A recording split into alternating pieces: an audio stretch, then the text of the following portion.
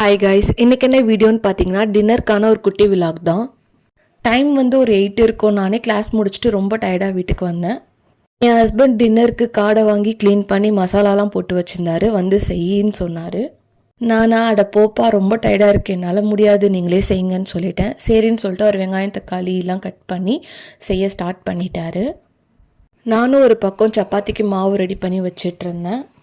அதுக்கப்புறம் அவர் எப்படி செய்கிறாருன்னு சொல்லிட்டு பார்த்துட்டு இருந்தேன். சப்பாத்திக்கு செமி கிரேவியாக சாப்பிட்டா தான் நல்லாயிருக்கும்னு சொல்லிட்டு கொஞ்சம் செமி கிரேவியாக வைங்க அப்படின்னு சொல்லிட்டு இருந்தேன்.